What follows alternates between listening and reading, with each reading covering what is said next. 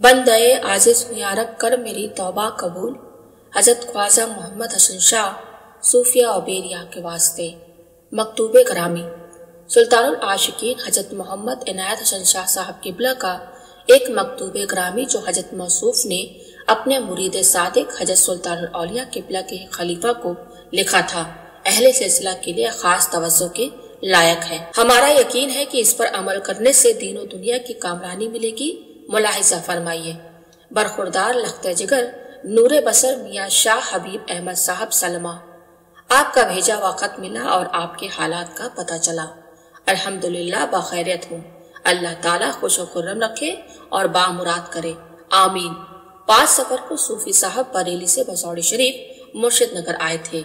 7 सफर को बजरूरत शिरकत फातिया बमक्का शाह बालस्ती वापस हो गए। खैरियत से हैं। अजीज मन, हर काम की इब्तिदा बहुत वजनी होती है। जिन्होंने यह भारी काम तुम्हारे सुपुर्द किया है, इंशाअल्लाह वो मदद भी जरूर फरमाएंगे। ला तकनतु मिर रहमतुल्लाह, अल्लाह ताला की रहमत से मायूस न हो। इसका बिल्कुल ख्याल ना करो कि और पीरों की तालीम वहाँ जारी है और उनका अच्छा असर है। घबराओगे नहीं और जरा सब्र से काम लिया तो इंशाअल्लाह तुम्हारा भी अच्छा असर हो जाएगा। तुम महज खुदा वास्ते बंदगाने खुदा की खिदमत के लिए गए हो और अपने हजरत के हुक्म से गए हो, फिर तुमको क्या अंदेशा और क्या फिक्रो इस्तरार है। अलबत्ता यह कर सकते हो कि जिस मस्जिद में अब कयाम है, अगर वहाँ पर 20 रोज गुजर चुके हैं तो कयाम तब्दील कर लो।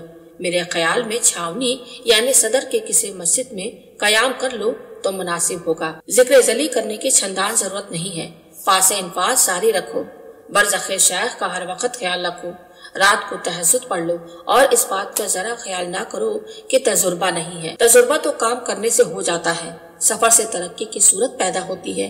यह काम चालाकी या यारी व होशियारी व उम्र व तजुर्बे पर मुनहसर नहीं है। यह निस्बती मामला है। जिस कदर बातिन ज्यादा मजबूत होगा और रूहानी ताकत तरक्की करेगी, उसी कदर इस काम में तरक्की होगी। सबसे बड़ी रियाजत तुम्हारे लिए यह है कि बरज़ख़े शेख का हर वक्त ख्याल रखो और पासे अनफाज जारी रखो और अपने आप को ऐसा समझो जैसे मुर्दा गुस्ल देने वाले के इख्तियार में होता है या कठपुतली नचाने वाले के हाथ में तार होता है कि वो जिस तरह चाहता है नचाता है। जरूरत हो तो वअज़ बयान करो जिसमें ज्यादातर तसव्वुफ यानी इश्क व मोहब्बत की बातें हों। हजरात बुजुर्गान की तारीफ व तौसीफ, पीरी मुरीदी के मकासिद व मतालिब की जरूरत बयान करो, मगर इसका ख्याल ना करो कि यहाँ दूसरे पीर बड़ी बड़ी जुल्फों वाले आते हैं, उनके मुकाबला में हमारी तरफ कोई रुजू ना होगा। भला ख्याल तो करो कि अगर बड़ी बड़ी जुल्फों वालों से वहाँ का काम सरकारों की मर्जी से मुवाफिक पूरा हो जाता तो तुमको इतने दूर क्यों भेजा जाता। तुम तलाशे माश के लिए तो गए नहीं हो, ना कोई और दुनियावी मकसद है, महज अपनी और बंदगाने खुदा की इस्लाह के वास्ते गए हो। बेटा मजबूत रहो, हिम्मत ना हारो, जरा सब्र करो तो इंशाअल्लाह कैसा काम बना जाता है। ज्यादा तशवीश आए तो खतराते फासिदा को दूर करने के लिए 1-2 तस्बीह ला हौला पढ़ लिया करो। अगर 2-4-6 महीना आप सख्त से सख्त तकलीफ में भी रहे और बाल बच्चों से जुदाई भी रही तो इंशाअल्लाह कुछ नहीं बिगड़ेगा, कोई कहीं नहीं चला जाएगा। रज़ाक़े मुतलक खुदा है। 18,000 आलम को आसमान से रोजी पहुँचता है, वो मुसब्बिबुल असबाब है। जरा फिक्र ना करो, अंदेशा मत करो, हम दुआ करते हैं। सर पर कफन बांधकर इस काम के पीछे पड़ जाओ। यह बड़ी नेमत है, इसको मामूली मुल्लागिरी ना समझो और जिस तरह हो सके इसको तलफ होने से बचाओ। औकात नमाज के बाद जो औरात तुमको बतलाए हो वो पढ़ लिया करो। अलबत्ता जब सिलसिले के आदमी हो जाए तो जुमेरात को हल्का की आदत हो जाना चाहिए। आने वाले लोगों से उनकी अकल व समझ का लिहाज रखते हुए गुफ्तगू करना चाहिए और जो आदमी जो गर्ज लेकर आए उसके मुवाफिक उसकी तसल्ली कर दी जाए। अगर वो तावीज मांगता हो तो ऐसी तरकीब से समझाओ कि उसके दिल आजारी भी ना हो। किसी को पानी दम करके दे दिया, किसी को कोई वजीफा बतला दिया, किसी को तावीज भी अल्लाह के भरोसे पर लिख कर दे दिया। पीरी मुरीदे का सवाल तो गैब से उठ खड़ा होगा।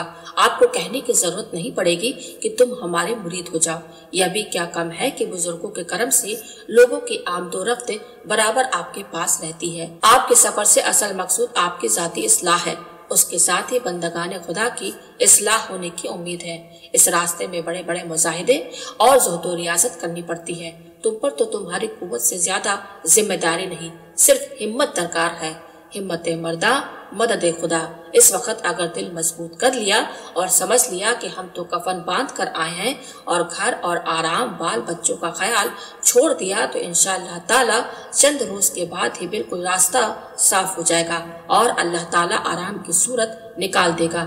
उसके पास किसी चीज की कमी नहीं है। कयाम के मुतालिक तुमको इख्तियार हासिल है, तब्दील कयाम बशर्त जरूरत कर सकते हो, ख्वाह शहर में या छावनी में या इलाके के किसी कस्बा व देहात में जहाँ मुनासिब हो। मगर बेटा जब तक के कुछ काम ना बन जाए वापसी में बड़े शर्म की बात है। हम दुआ करते हैं और जिन लोगों के तुमने नाम लिखे हैं उनको हमारा सलाम कहो और दुआ कहो। घबराओ नहीं, जरा सब्र से काम लो। उर्स शरीफ में मुशायरा के लिए इमसाल मिश्र तरह मेरी नजरे इम्तियाज हो जाए है। अगर हो सके तो तुम भी कुछ शेर मौजून करके भेजना।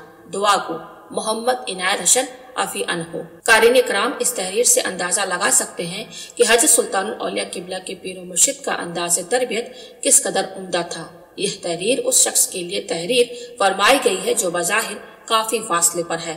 हकीकत यह है कि यह मुख्तसर और जामे तहरीर हर उस शख्स के लिए काफी है जो थोड़ी सी अकल और शऊर रखता है और सआदत अब्दी से फैज़याब होना चाहता है।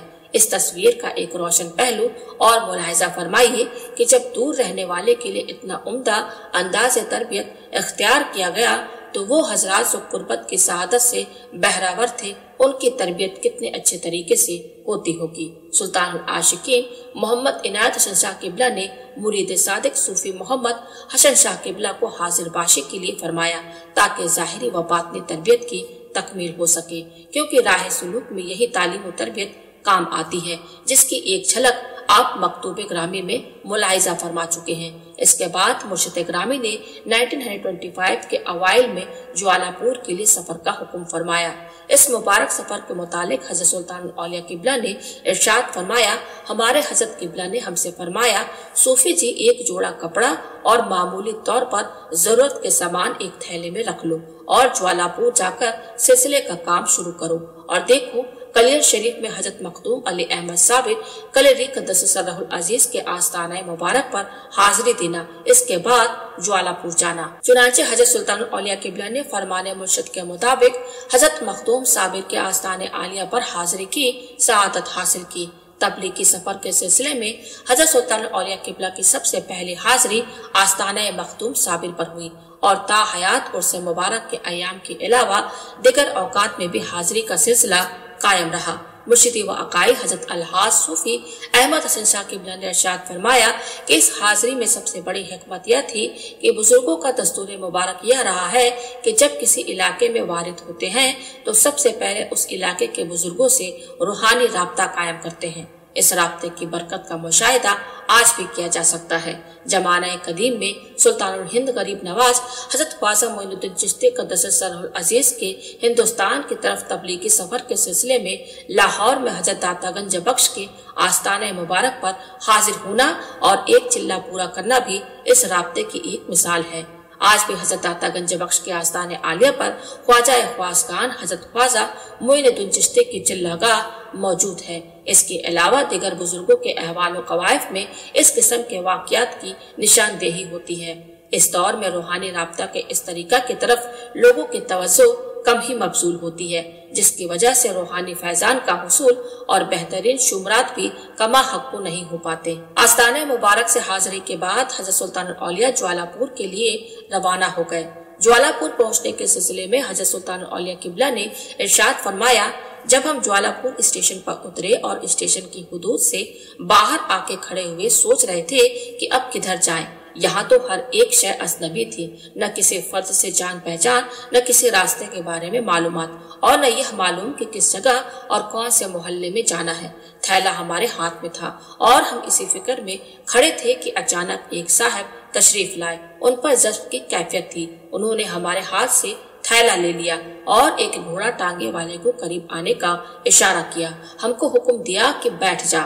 चुनांचे हम बैठ गए, हमारे साथ ही वो भी बैठ गए। टांगे वाले से उन्होंने इरशाद फरमाया, चल।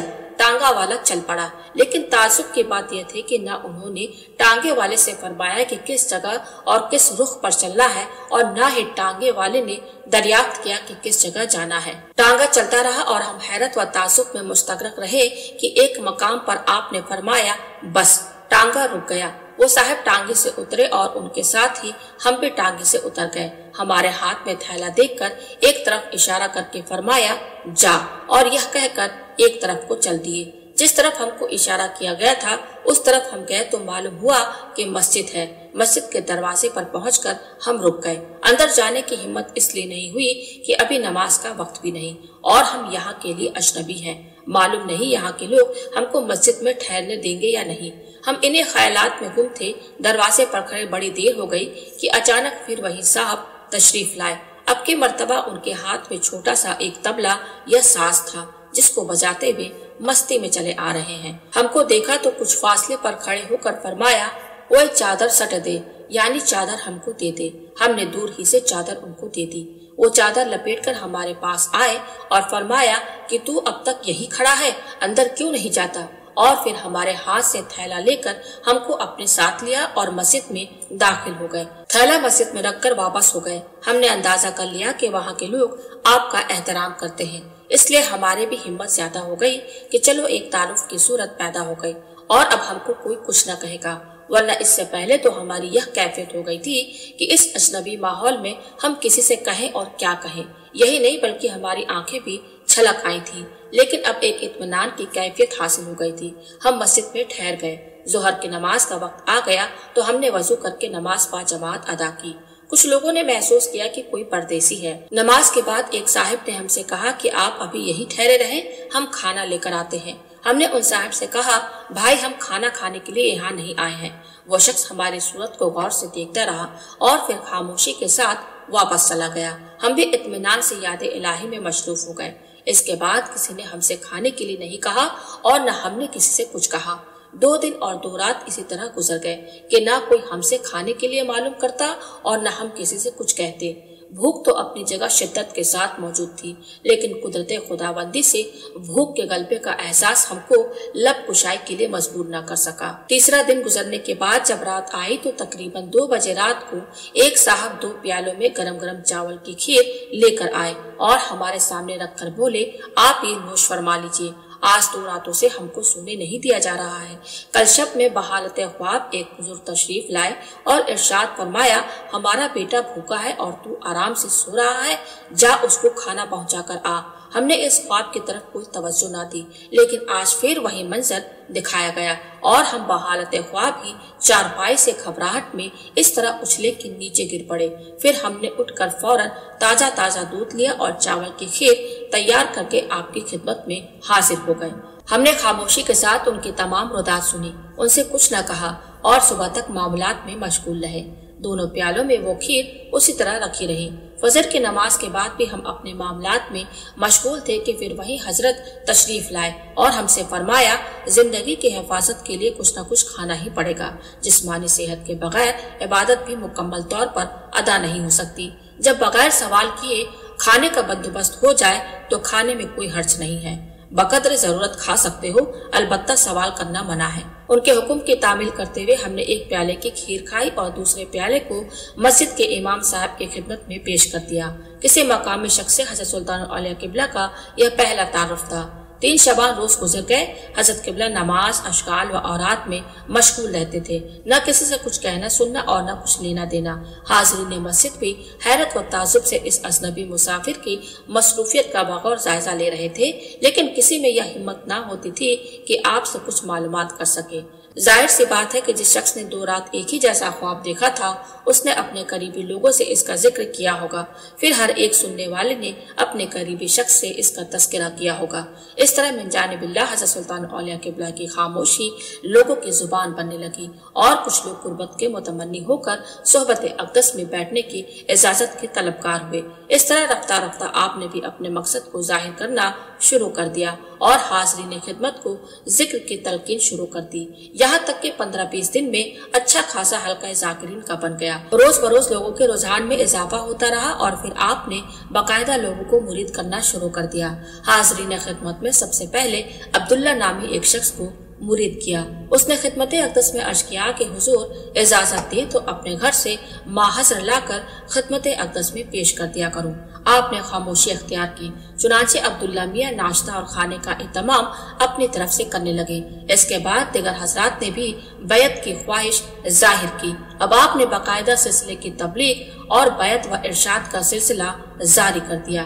مرید ہونے والے افراد سے ہر ایک کی یہ خواہش ہوتی تھی کہ حضرت سلطان الاولیاء قبلہ ہمارے غریب خانے کو رونق بخشے۔ چنانچہ بعض مریدین کے اصرار پر آپ نے ان کے گھروں کو قدم رنجہ فرمائی کی برکات سے منور فرمایا۔ جوالاپور میں آپ کا قیام تقریباً 2 ماہ رہا۔